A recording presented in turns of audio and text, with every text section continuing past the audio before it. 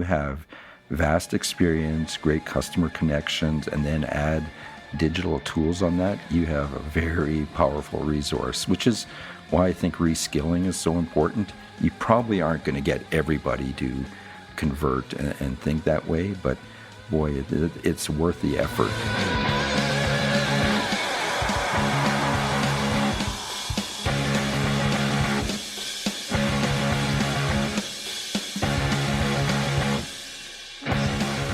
Hello and welcome to Make It, Move It, Sell It. On this podcast, I talk with company leaders about how they're modernizing the business of making, moving, and selling products. And of course, having fun along the way. I'm your host, Adam Honig, the CEO of Spiro.ai. We make amazing AI software for companies in the supply chain, but we're not talking about that today. Instead, today, we're talking with Rick Pozniak, the founder and president of MOVE78 Solutions. Welcome to the show, Rick. Hi, Adam. Thanks for having me. Yeah, no, it's a pleasure. It was great meeting you the other day. Rick and I were at the AI for Applied Distributors event, and we had some breakfast together and happened to strike up a really interesting conversation. I thought it'd be amazing to have you on the show, so really, really appreciate that. Maybe a good place to start, Rick, is just tell the folks a little bit about your journey and where you are today.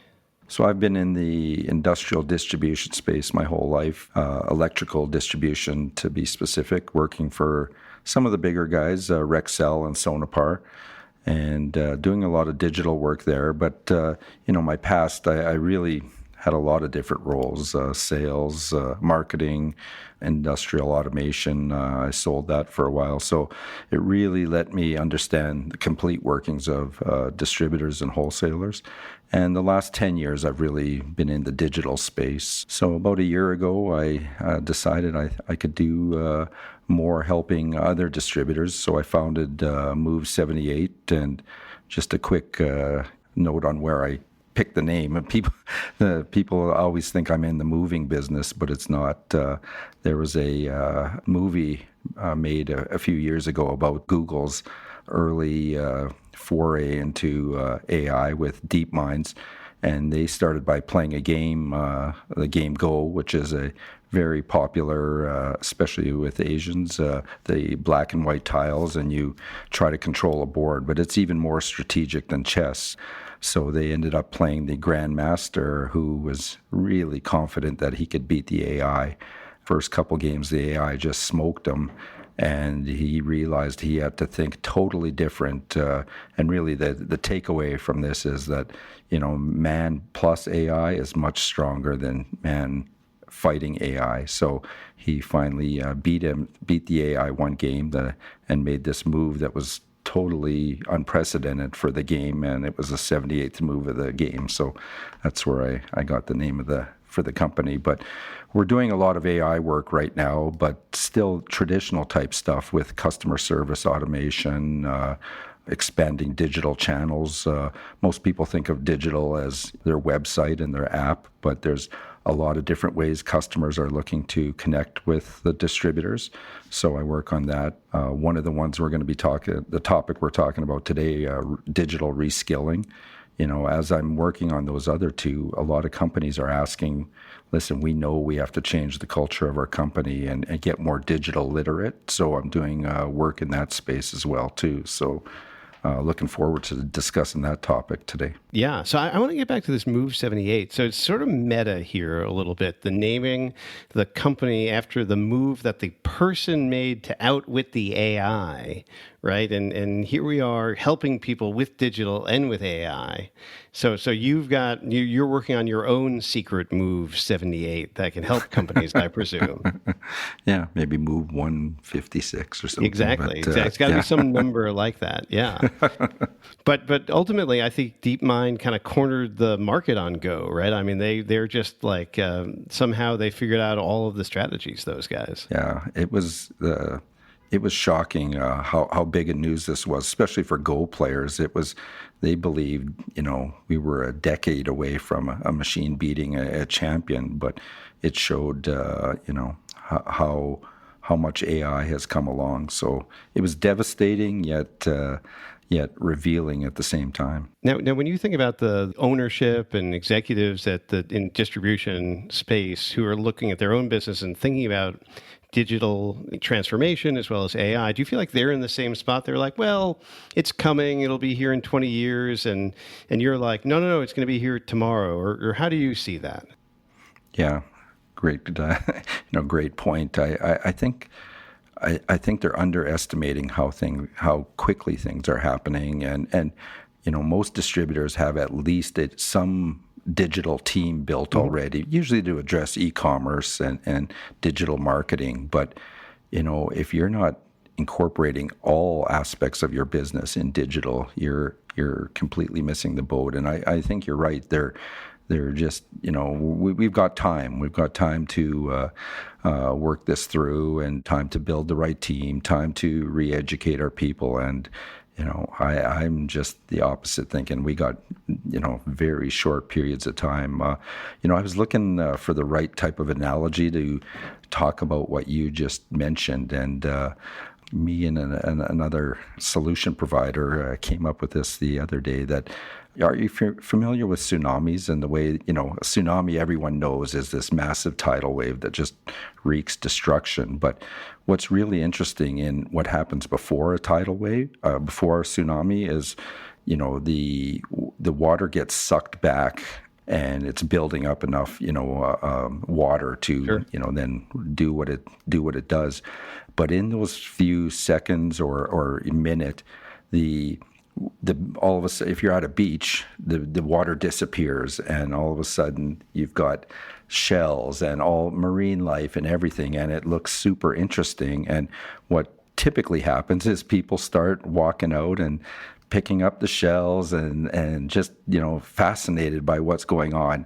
And seconds later, guess what? There's this massive tidal wave that, can wipe them out or be extremely destructive. And I really think we're in that space right now where the water's been sucked out, and there's something big's going to hit us in weeks, months, and I don't think we're ready for it. Instead of running for high ground like we should be doing, or preparing for digital, I think we're not moving fast enough. Well, I love this analogy, and let's make it practical for people. What is the ramification if they don't go to digital? Do you feel like there's new entrants that are going to come in? Is it their competitors are going to get there first? Is it the manufacturers themselves who are just going to move into dealing with the customers directly? What's the ramification of not adopting it quicker?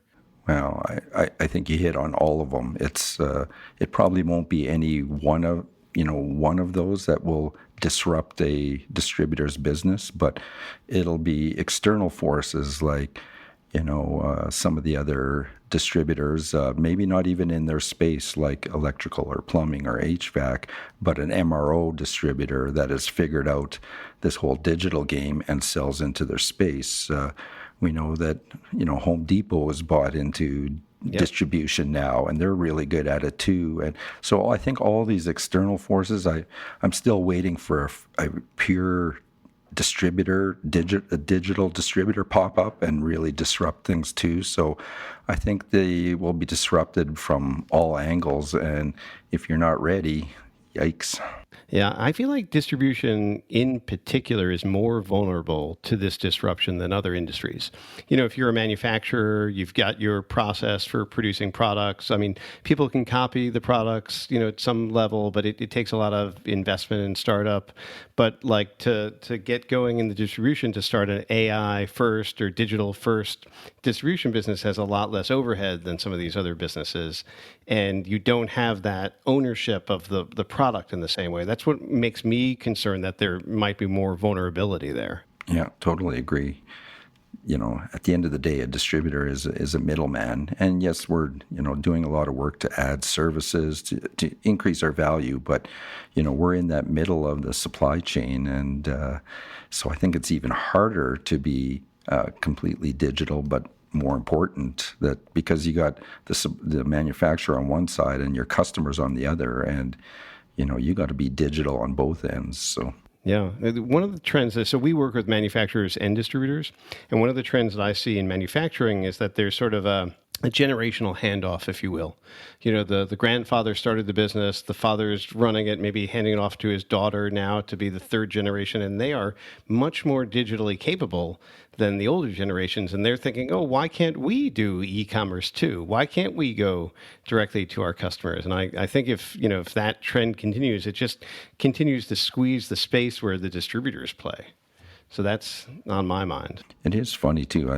In the electrical space where I'm most familiar, there's lots of consolidation, and it's, a lot of the smaller distributors just thinking they can't do digital, so they're selling out to the big guys, and in many cases they are too far behind to catch up. But it's I've always thought, I came from big distribution, so I know that there's a lot of resources being thrown towards digital. But the mid-size and even the larger small guys, the cost of software has come down and they're extremely nimble. You can do digital really good and not be the big guys with tons of resources and deeper pockets. So I think everybody can do digital if you have the mindset. And, that gets back to everybody having that mindset, not just a digital team. Yeah. So do you think it's mostly sort of a mental holdback at this point on the part of the distributors from going digital, or is there an organizational concern, or what's really the holdback? I think so. Like culture, that old saying, culture.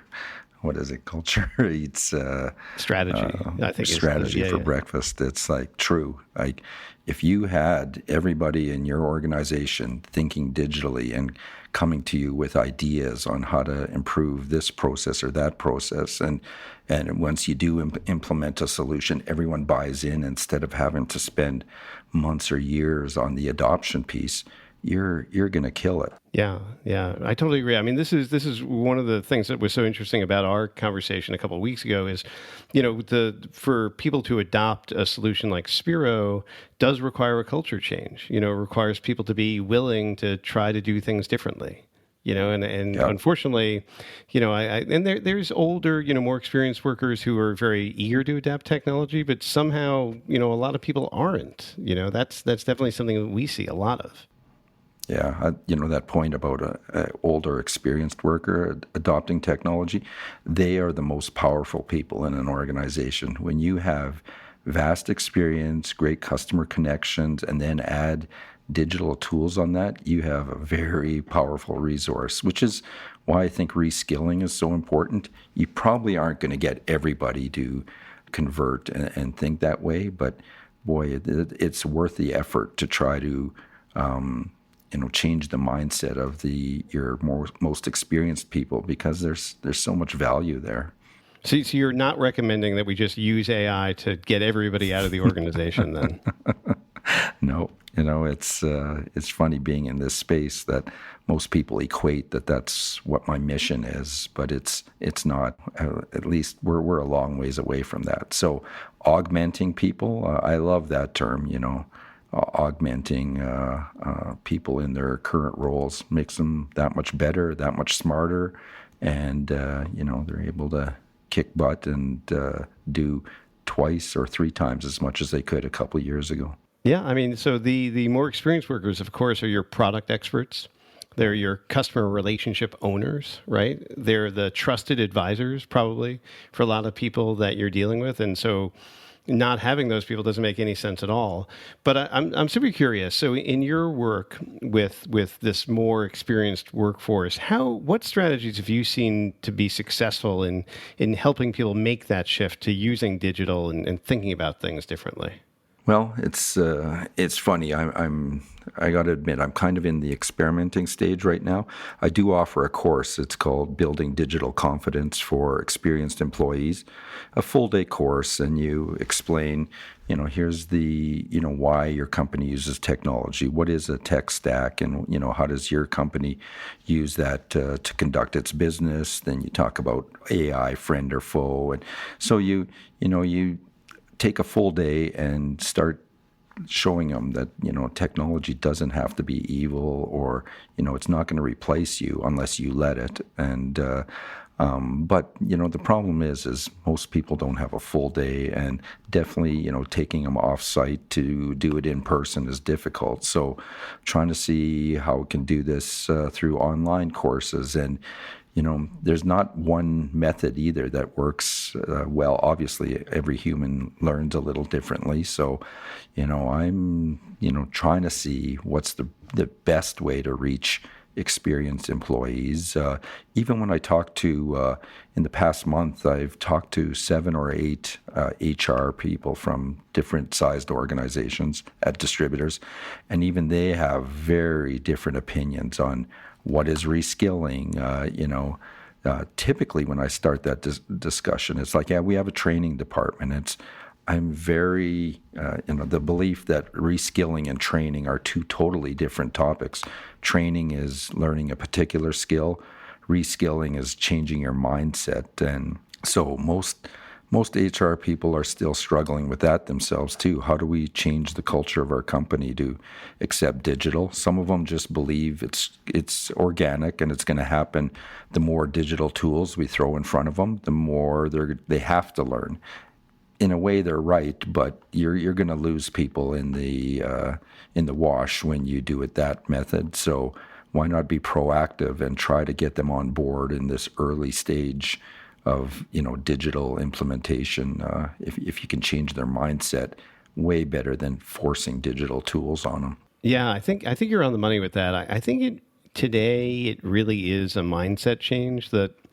The technology, while some of it can be complicated, a lot of it really isn't. It's more like you have the willingness to invest a very small amount of time to see how something works, And I think that people, like I live in Boston, so there's like diehard Red Sox fans here, and they're never going to root for another team. And I feel like sometimes that's the attitude that people have about what they do. It's like, oh, I do it this way, and I would never do it that way because the Yankees do it the other way, or I don't know what the reason is. But it's really just more of like mindset than aptitude, Yep.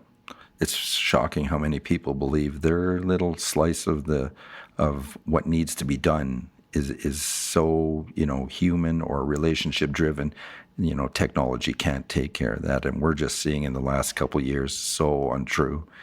I think one of the conference we were both at, that one keynote speaker played a clip of a digital customer service agent, and everyone in the room thought it was on the receiving end of the call.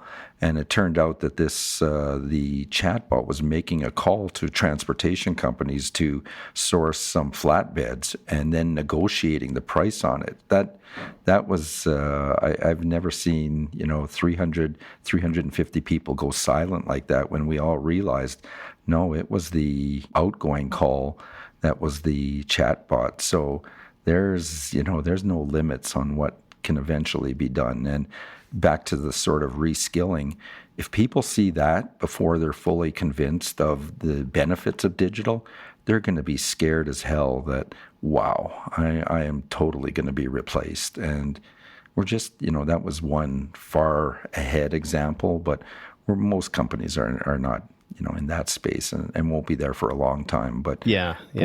Is it important right now to, you've mentioned it a few times, deal with their heads and their brain and their mindset? That's what we got to deal with in the next for sure year here. You know what, Rick? I'm getting this idea that what we actually need is AI to help us with the change management first. And then we will really be going someplace. We got to get on that. We'll work on that.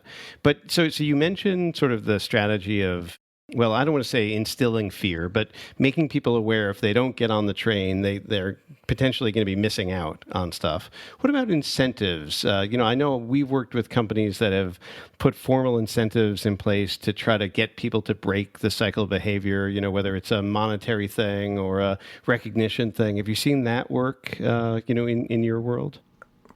I haven't seen a great example of it working, but it's to use a carrot or a hammer to get things done, and we should investigate all the ways of being positive with reinforcement and give incentives. I don't have a good answer on that one. Like I said, it's still experimenting on what works and what doesn't. And it'll definitely be the company's experience too with that. Are they, is their culture typically just forcing it down employees' throats, or are they a company that really likes to spend at least a little bit of money on adoption, change management? One of the other things I'm helping companies work on is scaling of projects and implementation. And I'll tell you, typically when you would know this too, when you invest in a piece of software, usually companies are used to just scraping up enough money to pay for that software, and we don't need training or change management and adoption processes, all that. And that's usually what causes a tech project to fail. So. Oh, yeah. Yeah. A lot of companies, they just show up with a box of software and they drop it off and they're like, hey, good luck with that. Let us know how it works out. And that's totally a recipe for disaster. I like a McKinsey report that, says for every dollar spent on software, spend $1 on training and change management. That would be really nice. I know success would go way up, but I don't think companies are quite ready to spend that kind of money on the sort of the soft side of tech. Yeah, well, it's hard. It's hard for companies to make the decision and see what the ROI would be. It's something we see a lot. They know it's going to work for them. They know it's going to benefit for them, but they can't quite put their finger on where they're going to get that extra dollar back from. Yeah. And, for a lot of businesses, that's the holdup, right? I know it was like that with e-commerce. Distributors have spent a lot of money implementing web shops and mobile apps, and most of them say they haven't gotten their, the ROI they expected. But, I have done quite a bit of work in that space too. And, my belief is that a customer using your website is what your true goal should be. They may have different ways of giving you an order and holding them back from placing the order online, but getting them on your website, using your tool to find the right product and engage with you that way, that's what the ROI should have always been measured as. So. Yeah. Well, I mean, in my experience, a lot of these companies have implemented great e-commerce systems, and they still have the same sales team talking with the customers on a regular basis and dealing with them directly. And worse yet, a salesman who doesn't even know how to, navigate a customer through their own website. I just view that as horrible. So. Yeah, it can be tricky. Well, going back to the incentives, one of the strategies that I saw that I thought was really interesting is, and this is sort of a local example, so I don't know if it's going to work for everybody out there, but we were working with this company in Texas, and there was a famous barbecue place in this particular area of Texas that they live, and they had a gift card for the barbecue place that if people did so much technology adoption of this particular type of technology, they got a gift card to it. And I'll tell you, for this culture, for this company, that was the thing that helped people just be like, okay, well, I guess I got to try it. And, it wasn't like perfect. People have different styles and everything like that, but it definitely helped break the ice on adoption. And I wonder if, carefully tailored, that's the place to start. Maybe save the stick for later and maybe start with the carrot. That's kind of what's in my mind. I agree. In Texas barbecue, you can't go wrong with that. So. Yeah, everybody likes that. I'm curious, your opinion on even just training for, the tools you guys offer. Is everything online? Do you do any in person? What success have you guys realized? We do primarily, Zoom-based trainings, Teams-based trainings with people. We tend to do very short trainings, no more than an hour, maybe even 45 minutes. And we'd rather schedule multiple sessions than try to cram everything into somebody's head all at one go. Even if that takes more effort on our team, because it's just the ability for anybody to learn is beyond a certain amount of time really hard. And so the problem with going on site is you want to maximize that exposure, right? You want to really you flew somebody in, you've got a subject matter expert there, you really want to take advantage of it, and then can you really hold the audience for that half a day or day? That's the challenge that I've seen. I'm going to bring up a topic here that is very, you're either for or against it. But, when we do the training, I seem to notice that testing, after the training done is completely gone away. And, I'm a big fan of testing to see what was retained by the people you trained, and that seems to be a no-no now. And, getting back to the reskilling, I think there's more and more, even just in preparing for this call, I wanted to see what's available now on digital literacy testing. It's a great way to see where somebody is, and then, in 3 months, test them again to see if there was progress. But boy, when you administer tests to people, they get really anxious. They get upset that you're testing what they know. And I'm a fan of that, especially now that if we're able to test digital literacy, I think companies need to start looking at that and seeing where the base of their employees is at, and then applying training or courses to deal with the mental aspect. And a lot of digital literacy is on your own, using tools, learning how interfaces, how the different ones work, so you can pick things up quicker. So, I'm a fan of that. Nobody that I know of is doing any kind of digital literacy testing. Well, when I hear that, the first thing I think of is trigonometry, which is something that everybody hates getting tested on. So I totally understand why there's resistance to it. I wonder, though, Are whether we bringing back bad high school memories for you here? Or? Mostly because I have to be helping my high school age son through all of that again now. But instead of testing, I wonder if there's a way that the participants can be providing feedback. So instead of like saying, hey, you just learned about this, software product that we're implementing, not like, hey, did you learn it properly? But what was your feedback on how your experience was with the learning?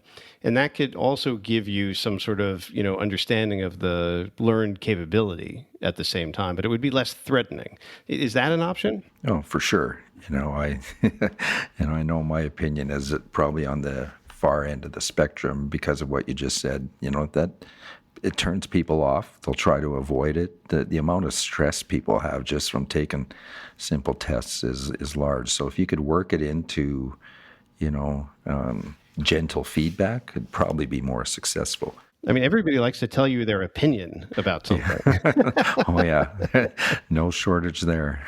No, I agree that if we could find out a way to get that information in a less threatening way, for sure. Yeah, totally. Well, listen, Rick, this has been really, really interesting conversation. Can you tell the folks at home here how they can reach out to you if they're interested in learning more about the course that you give or any of your other services? Yeah, sure. Just visit my site, MOVE78Solutions.com. And, there's more information on what I do on the reskilling stuff, the courses that we offer. So great. Well, listen, Rick, I really appreciate your coming on the show. Love talking about, how we can reskill people and really help distribution companies, get ahead of the curve, because it's definitely that tsunami is coming right at them. There's no question in my mind. I agree. Thanks for having me on here, Adam. I enjoyed the conversation. Right on. It's my pleasure. And as a reminder to our listeners, you can find every episode of the Make It, Move It, Sell It podcast at spiro.ai/podcast. And, be sure to subscribe. And I don't know, Rick, you think we should tell people to give us like a 5-star rating or something like that? We won't give them a test, sure. I promise. If they give us a 5-star rating. No tests. No tests. Okay, very good. But please go ahead and, give us a nice review, share it with a friend, and we really appreciate your tuning in. So looking forward to seeing you on the next episode.